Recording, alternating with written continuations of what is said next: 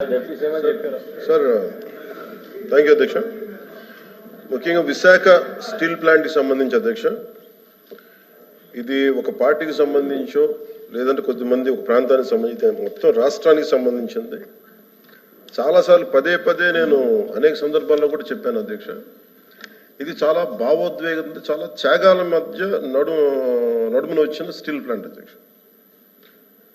ఇది గతంలో కూడా గత వైసీపీ పాలనలో కూడా అది ప్రైవేటీకరణ జరగబోతోంది. ఆ రోజున మన మంత్రి గారు చెప్తున్నాడు, అచ్చెన్నాయుడు గారు చెప్తున్నాడు, ఎందుకు ఆ రోజు ధర్నా చేశారు, వీళ్ళందరూ ఎందుకు వచ్చారంటే దానికి ఆ సమయంలో జరిగింది ఏంటంటే కొంతమంది కార్మిక సంఘాల నాయకులు కూడా ఎయిర్పోర్ట్కి వెళ్ళి అప్పుడు ముఖ్యమంత్రి గారు చెప్పిన మాటలు ఏంటంటే, మేము దీన్ని కొంత భూమిని అమ్మేస్తాం, మీకు ఇస్తామని చెప్తే అది నిర్వీర్యం చేయడానికి వాళ్ళు ప్రయత్నం చేస్తే మేమందరం అడ్డుకున్నాం అధ్యక్ష, మా అందరితో సహా. ఇది మొన్న కూడా కార్మిక సంఘాల నాయకులతో కూర్చున్నప్పుడు ఇదే నివేదిక, ఇదే అభ్యర్థన ఇచ్చారు. ఇది ప్రైవేటీకరణ చేయకూడదంటే మీరు ఎంత కమిటెడ్గా ఉన్నారో మేము అంతే కమిటెడ్గా ఉన్నాం. 2021 డిసెంబర్లో ఫిబ్రవరిలో మేము అమిత్ షా గారిని కలిసాం అధ్యక్ష, హోంమంత్రి అమిత్ షా గారిని కలిసి వారికి నేను ఇచ్చింది కూడా ఏంటంటే, ఇది మాకు చాలా భావోద్వేగాలతో కూడింది, చాలా త్యాగాలతో కూడింది, దయచేసి దీన్ని ఎట్టి పరిస్థితుల్లో ప్రైవేటీకరణ చేయకండి అని చెప్పాం అధ్యక్ష. అలాగే మీరు గతంలో కూడా 2019-14 ఆ సమయంలో డ్రెడ్జింగ్ కార్పొరేషన్ ఆఫ్ ఇండియాను కూడా దాన్ని ప్రైవేటీకరణ చేస్తామంటే మేమే ముందుండి దాన్ని ఆప్ చేసాం అధ్యక్ష. ఇది మేమేమనుకుంటే పబ్లిక్ సెక్టార్ యూనిట్స్ లాభసాటిగా ఉన్నాయి, లాభాల దిశగా నడుస్తున్నాయి, కొద్దిపాటి నష్టాల దిశగా నడుస్తున్నాయి, వాటిని ముందుకు తీసుకెళ్ళాలి, ప్రభుత్వాలు పిఎస్యూస్ నడవాలనేది మా ఆకాంక్ష మా అందరినీ. When it comes to Vizag steel plant, we are extremely committed not to privatize. ఇది మా అందరి కమిట్మెంట్ అధ్యక్ష. అలాగే దీనికి ఇందాక మంత్రి గారు చెప్తున్నట్టుగా దీన్ని రన్ చేసే ఇష్యూస్లో చాలా లోపాలు ఉన్నాయి అధ్యక్ష. దాన్ని స్కిల్ని ఎన్హాన్స్ చేసుకోవాలి, దాన్ని కొంత పెట్టుబడి కావాలి, దానికి కొంత క్యాప్టివ్ మైండ్స్ కావాలి, లాట్ ఆఫ్ ఛాలెంజెస్ ఉన్నాయి.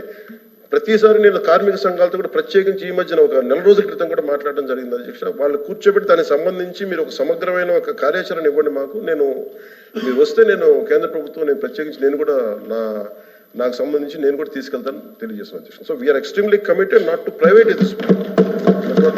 I hope you're all satisfied. Okay, LOP గారు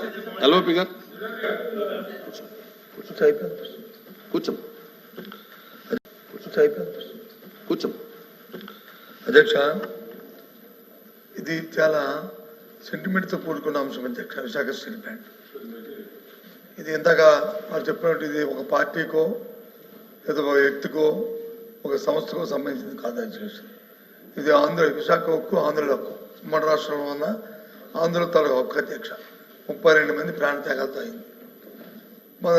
ఇందాక మంత్రులు మాట్లాడుతున్నప్పుడు 1-2 విషయాన్ని వారు చెప్పడం జరిగింది. భూములు అమ్మేస్తున్నారు అప్పుడు ముఖ్యమంత్రి గారు తీసేద్దాన్ని. దానికి కావాల్సిన నిధులు సేకరించుకోవడానికి ఆ రోజు చెప్తున్న ప్రయత్నాలు అధ్యక్ష. ఈ 6 నెలల కాలంలో విశాఖ స్టీల్ ప్లాంట్ భూముల్ని 2 దఫాలుగా ఉన్న కొన్ని పీసుల్ని ఇప్పటికే ఆప్షన్లోకి నోటిఫికేషన్ ఇచ్చిన సందర్భాన్ని కూడా ఒకసారి గుర్తు చేస్తాను అధ్యక్ష. దాన్ని మేము వ్యతిరేకించమా? ఇది కాదు, ఇది డే టు డే యాక్టివిటీలో భాగం అధ్యక్ష. అది ఆ సందర్భంలో మాట్లాడిన దాన్ని రాజకీయాల్లో కూర్చోపించడం కరెక్ట్ కాదు. ఏమైనప్పటికీ కూడా ఇది పూర్తిగా కూడా దీన్ని ప్రైవేటైజ్ చేయకుండా ఉంచాలి అధ్యక్ష.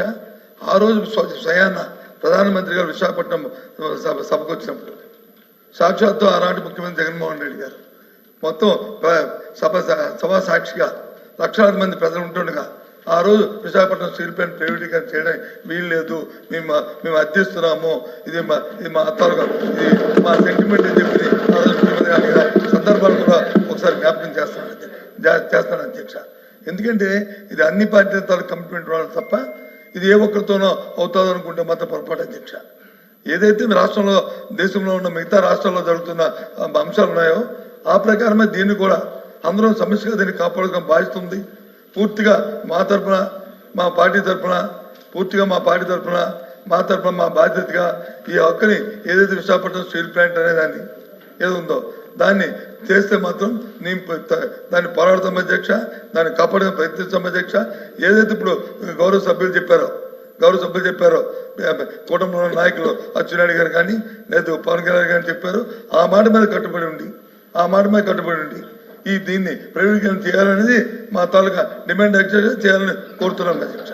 ఓకే లేదు ఇంకా లేదండి ఇంకా అయిపోయింది. కూర్చోండి అయిపోయింది కూర్చో. అధ్యక్ష అధ్యక్ష అధ్యక్ష అధ్యక్ష ఆ రోజు కనుక నిజంగా మనసు త్రికరణ శుద్ధిగా వారు కనుక ఆపండి ఉంటే అసలు ఈ రోజు ఈ ప్రశ్న ఉత్పన్నం అయ్యింది. అధ్యక్ష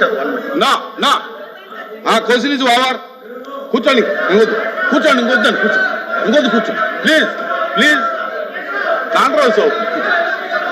question number 13634 minister for revenue minister గారు ప్లీజ్ కూర్చోండి.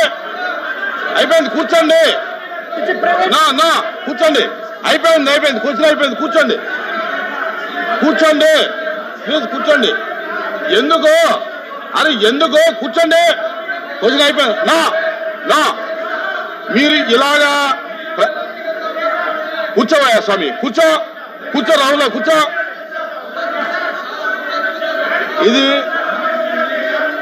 ఇది బ్యాడ్ ప్రాక్టీస్. ఇది బ్యాడ్ ప్రాక్టీస్. నా ఇలాగ మీరు బెదిరిస్తే మైక్ ఇస్తాననుకోవటం అది అసంభవం. మీరు ఈ రకమైన ప్రాక్టీస్ మానేయండి.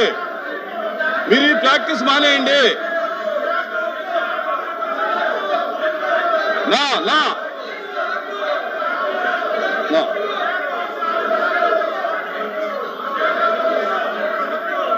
ఎవరు లేదు నా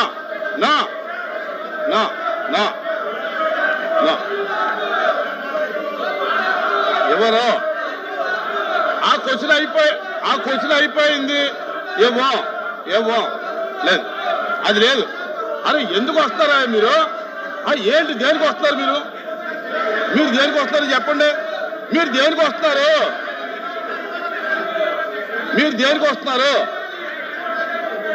సార్? కూర్చోండి మినిస్టర్ గారు కూర్చోండి. ఒక్కరు చెప్పండి ఎందుకు వస్తారు మీరు? ఇనమ్మా ఏనండి మీరు ఎందుకు వస్తారు ఇక్కడికి? మీరు ఎందుకు వచ్చారు చెప్పండి. ఏంటది? కూర్చో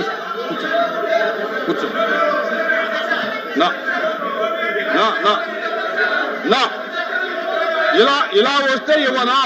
ఇలా వస్తే ఇవ్వను.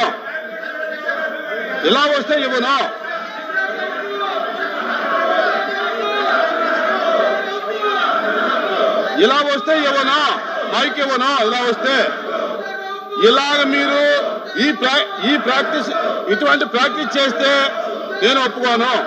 నా